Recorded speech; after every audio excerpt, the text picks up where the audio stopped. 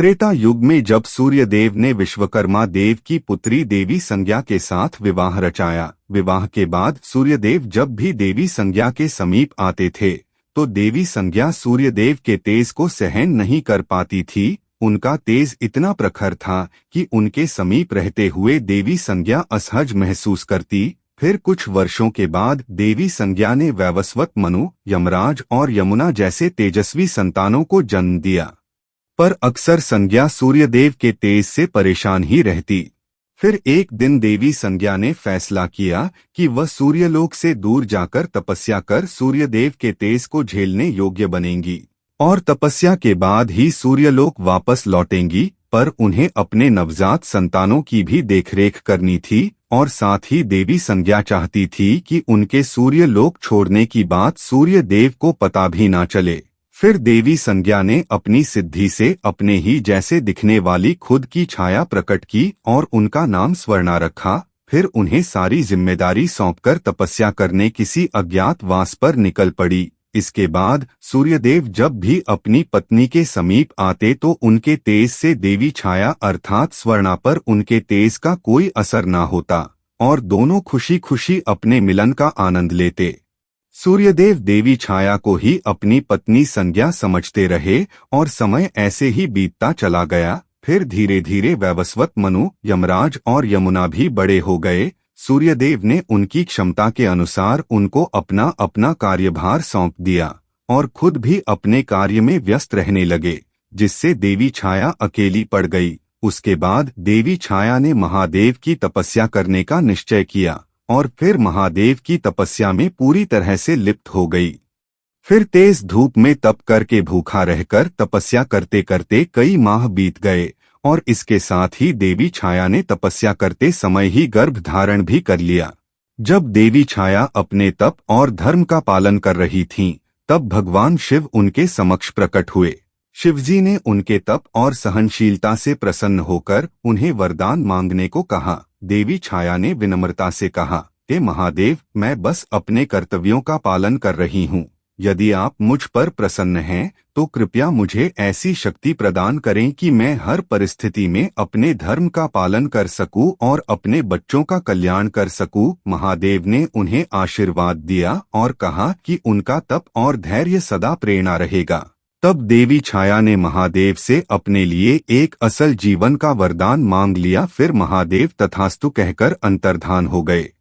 फिर देवी छाया ने तप और अपने धर्म का पालन करते हुए एक दिव्य शिशु को जन्म दिया। यह शिशु असाधारण शक्तियों से युक्त था, परंतु जन्म के समय उसका रंग काला था। शिशु का गहन रंग देखकर देवी छाया चिंतित हो गईं, क्योंकि वह अन्य देवताओं की तुलना में अलग दिखता था। यह शिशु कोई और नहीं बल्कि शनिदेव थे, जो न्याय के देवता बनने वाले थे। शिशु को देख देवी छाया चिंता में डूब गई, पर कुछ समय बाद उन्होंने खुद के मन को समझा लिया। दरअसल देवी छाया के भूखे प्यासे और कड़ी धूप में तपस्या करने के कारण ही उनके शिशु का रंग काला हुआ। साथ ही इसके पीछे उनके छाया होने का भी प्रभाव उनके शिशु पर ही पड़ा। फिर देवी छाया शनिदेव का लालन पालन करती रही और एक दिन सूर्यदेव सूर्यलोक में स्थित अपने महल अपनी पत्नी से मिलने के लिए आए, जहां उनकी पत्नी ने उन्हें पुत्र शनि से मिलवाया और पुत्र शनि को सीधे सूर्यदेव के गोद में रख दिया। जब सूर्यदेव ने शनिदेव को देखा तो उनका काला रंग देखकर वे क्रोधित हो गए। उन्होंने देवी छाया से कहा, यह शिशु मेरा पुत्र कैसे हो सकता है? इसमें मेरे तेज, प्रकाश और दिव्यता का कोई गुण नहीं है। सूर्यदेव ने शिशु को अस्वीकार कर दिया, जिससे देवी छाया अत्यंत दुखी हो गईं। और यही वह दिन था जब शनिदेव और सूर्यदेव के बीच शत्रुता की एक बड़ी शुरुआत हो चुकी थी। सूर्यदेव ने अब अपनी पत्नी छाया से दूरी बना ली। फिर समय बीतने के अनुसार शनिदेव अब थोड़े बड़े हो चुके थे और अकेली पड़ चुकी अपनी मां छाया का एकमात्र सहारा भी बन चुके थे। शनिदेव बाल्यावस्था से ही शक्ति, तप और न्याय की अद्भुत विशेषताओं से युक्त थे। उनका काला रंग देवी छाया की तपस्या की गहराई और उनकी सहनशीलता का प्रतीक था। शनिदेव महादेव के आशीर्वाद और अपनी माता की तपस्या के कारण ही इतने शक्तिशाली बने। शनि देव ताकतवर होने के साथ साथ वे थोड़े गुस्सैल और शरारती भी थे, बेहद कम उम्र होने के बावजूद भी उन्होंने कई गंधर्व को युद्ध में अकेले ही परास्त कर दिया था, यहाँ तक कि देवताओं को भी टक्कर देने लगे थे। शनि देव अपने शस्त्र का प्रयोग अपनी ताकत के साथ मिलाकर किया करते और इसीलिए वह बड़े से बड़े गंधर्व और देवताओं को अपनी ताकत का लोहा मनवा चुके थे। शनिदेव के बचपन से ही इतने कठोर बन जाने के पीछे उनके पिता सूर्यदेव के प्रति उनके मन में पल रहा क्रोध ही था और उस समय शनिदेव का एकमात्र लक्ष्य सूर्यदेव से भी ज्यादा शक्तिशाली बनकर उनके घमंड को चकनाचूर करना था। फिर समय जैसे जैसे बीतता जाता, शनिदेव के अंदर सूर्यदेव के प्रति क्रोध और घृणा की भावना उतनी ही बढ़ती जाती। शनिदेव अब युवा भी हो चुके थे। फिर देवी छाया ने शनिदेव के दिन प्रतिदिन बढ़ते गुस्से को शांत करने के लिए शनिदेव की शादी महाराज चित्ररथ की कन्या से करवा दी। उनकी पुत्री परम तेजस्वी थी, वह सदैव पूजा पाठ और भक्ति में लीन रहती थीं। शनिदेव की पत्नी ने एक बार संतान प्राप्ति की इच्छा जाहिर की, जिसके बारे में बात करने के लिए शनिदेव की पत्नी शनिदेव के पास गई। उस समय शनिदेव श्री कृष्ण की भक्ति में लीन थे। उनकी पत्नी के बहुत प्रयास करने पर भी उनका ध्यान भंग नहीं हुआ। इस बात से परेशान होकर शनिदेव की पत्नी को क्रोध आ गया और उन्होंने शनिदेव को श्राप दे दिया। शनिदेव की पत्नी ने श्राप देते हुए कहा, आज के बाद जिस व्यक्ति पर शनि की बुरी नजर पड़ेगी उस व्यक्ति का विनाश हो जाएगा। शनिदेव को ध्यान से जगने के बाद इस बात का आभास हुआ। उन्होंने अपनी पत्नी को मनाने और समझाने की बहुत कोशिश की, क्षमा भी मांगी, लेकिन शनिदेव की पत्नी के पास श्राप को निष्फल करने की शक्ति नहीं थी। इसी श्राप के बाद से शनिदेव अपना सिर नीचे करके चलने लगे और फिर इस घटना के बाद से शनिदेव ने जब अपना सिर नीचे करके चलना शुरू किया तो यह बात पूरे ब्रह्मांड में आग की तरह फैल गई। देवताओं और असुरों के बीच इस चर्चा ने जोर पकड़ लिया। शनिदेव के इस व्यवहार से हर कोई आश्चर्यचकित था। यह खबर जब असुरों के गुरु शुक्राचार्य तक पहुंची तो उन्होंने इसका कारण जानने की उत्सुकता दिखाई। शुक्राचार्य, जो अपनी चतुराई और ज्ञान के लिए जाने जाते थे, वह समझ गए कि शनिदेव के इस अद्भुत कदम के पीछे कोई गूढ़ रहस्य छिपा है। उन्होंने इसका अर्थ समझने और इसे अपने पक्ष में करने की योजना बनाई, जिसके बाद वह असुरों के सेनापति राहु के साथ शनिदेव के सम्मुख प्रकट हुए और शनिदेव के इस श्राप को अपनी शक्ति बनाकर देवताओं के खिलाफ इस्तेमाल करने की सलाह दी। जिसके बाद शनिदेव ने शुक्राचार्य को खुद के स्वार्थ के लिए दूसरों का इस्तेमाल न करने की सलाह देते हुए साफ मना कर दिया और शुक्राचार्य समेत राहु को वापस जाने की सलाह दे दी।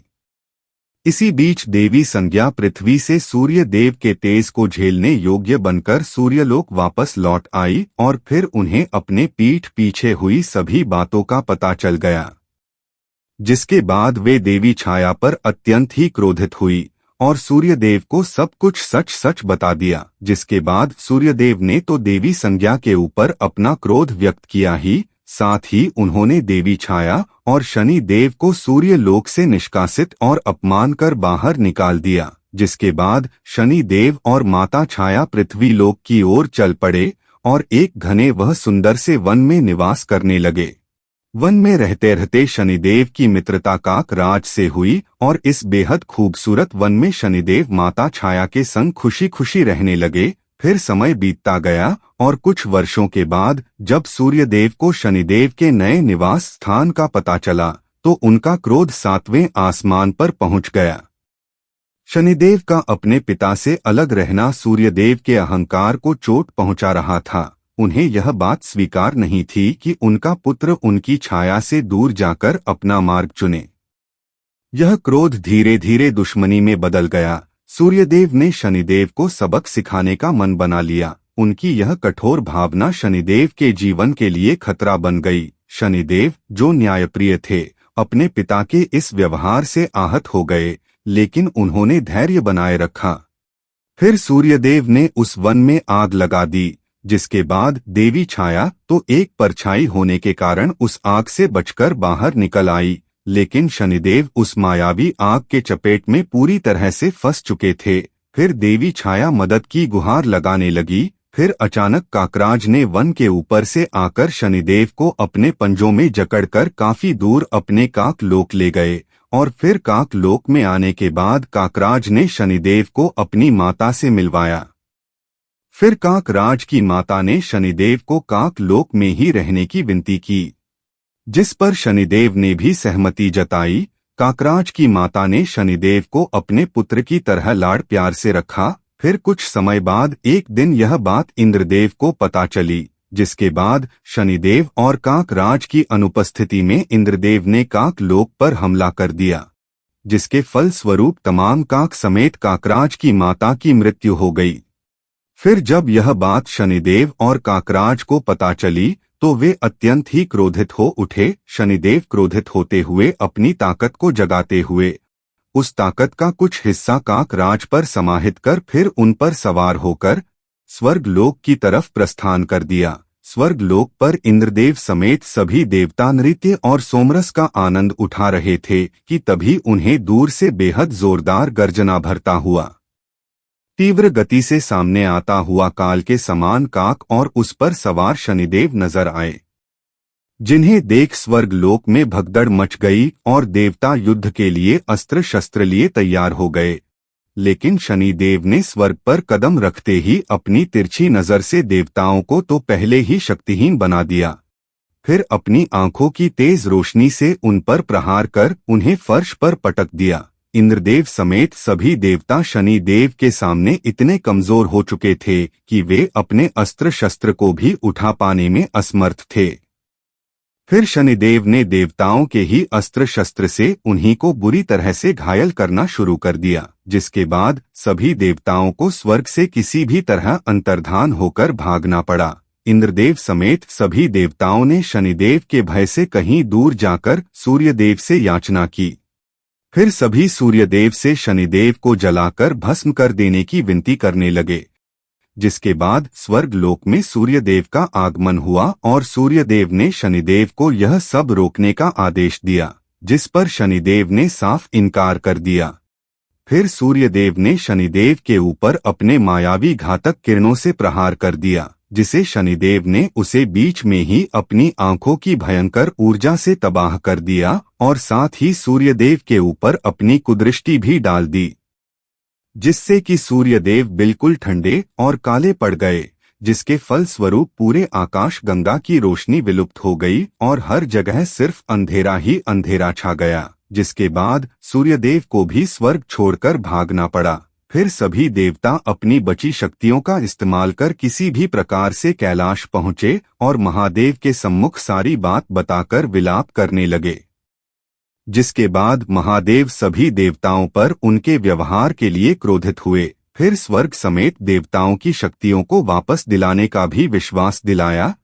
फिर महादेव ने अपने कुछ शिव गणों को देवताओं के साथ स्वर्ग लोक भेज दिया, जिसके बाद स्वर्ग लोक पहुंचते ही देवताओं ने शनिदेव को युद्ध के लिए ललकारा, जिसके बाद शनिदेव युद्ध के लिए देवताओं और शिव गणों के आगे उपस्थित हुए और फिर शिव गणों और शनिदेव के बीच घमासान युद्ध हुआ, जिसके बाद शनिदेव ने अपनी कुदृष्टि का प्रयोग करके उन्होंने सबसे पहले शिव गणों को शक्तिहीन बना दिया, जिससे कि वे पृथ्वी पर गिर पड़े। फिर शनिदेव ने अपनी कुदृष्टि से इंद्रदेव और सूर्यदेव को वहीं मूर्छित कर दिया और यह देख बाकी देवता स्वर्ग लोक से अंतर्धान हो गए। फिर शनि देव ने देवराज का राज मुकुट छीनकर अपने पास रख लिया और फिर इंद्रदेव समेत सूर्यदेव को स्वर्ग में ही अपना बंदी बनाकर बंदी गृह में डाल दिया। और यहाँ अग्निदेव और वरुण देव समेत बाकी देवता भी स्वर्ग लोक से भागते हुए कैलाश पर्वत महादेव के पास आ पहुँचे और महादेव को सारी बात बताते हुए उन्हें स्वयं स्वर्ग लोक चलकर शनि देव को समाप्त करने की विनती करने लगे। इतना सुनते ही महादेव कैलाश से अंतर्धान हो गए और यहाँ स्वर्ग लोक पर शनिदेव पूरी तरह से अपना आधिपत्य जमाकर बैठ चुके थे और इंद्रदेव समेत सूर्यदेव को एक बड़ा दंड देने की तैयारी में जुट चुके थे कि अचानक स्वर्ग लोक में एक सैलाब सा आ गया, जिससे पूरा स्वर्ग लोक थर्रा उठा। फिर आगमन हुआ देवों के देव महादेव का, जिसके बाद महादेव ने शनिदेव को यह सब रोकने का आदेश दिया पर शनिदेव ने अपना सिर झुकाए हुए ही इनकार कर दिया। फिर महादेव ने शनिदेव को युद्ध करने को कहा, जिसके बाद शनिदेव अपने सम्मुख इतनी बड़ी शक्ति देख घबरा गए और जल्दबाजी कर बैठे। जब शनिदेव ने महादेव पर अपनी कुदृष्टि डाली तो महादेव को यह अनुचित लगा। उन्होंने अपने तीसरे नेत्र को शनिदेव की ओर थोड़ा सा खोल दिया। महादेव के तीसरे नेत्र की ज्वाला इतनी प्रचंड थी कि शनिदेव का घमंड चूर चूर हो गया। उनकी कुदृष्टि की शक्ति निष्क्रिय हो गई और वह महादेव से क्षमा मांगने लगे। महादेव ने उनकी प्रार्थना स्वीकार की और उन्हें समझाया कि उनका कर्म धर्म के मार्ग पर होना चाहिए।